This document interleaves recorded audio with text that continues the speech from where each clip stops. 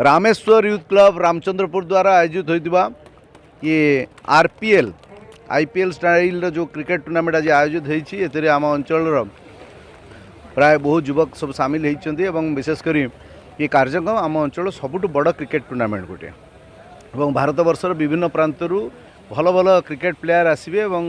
ये dues ball रे mat उपरे ड्यूज बॉल जो खेल हम बहुत बढ़िया खेल देखा गोटे सुजोग मिल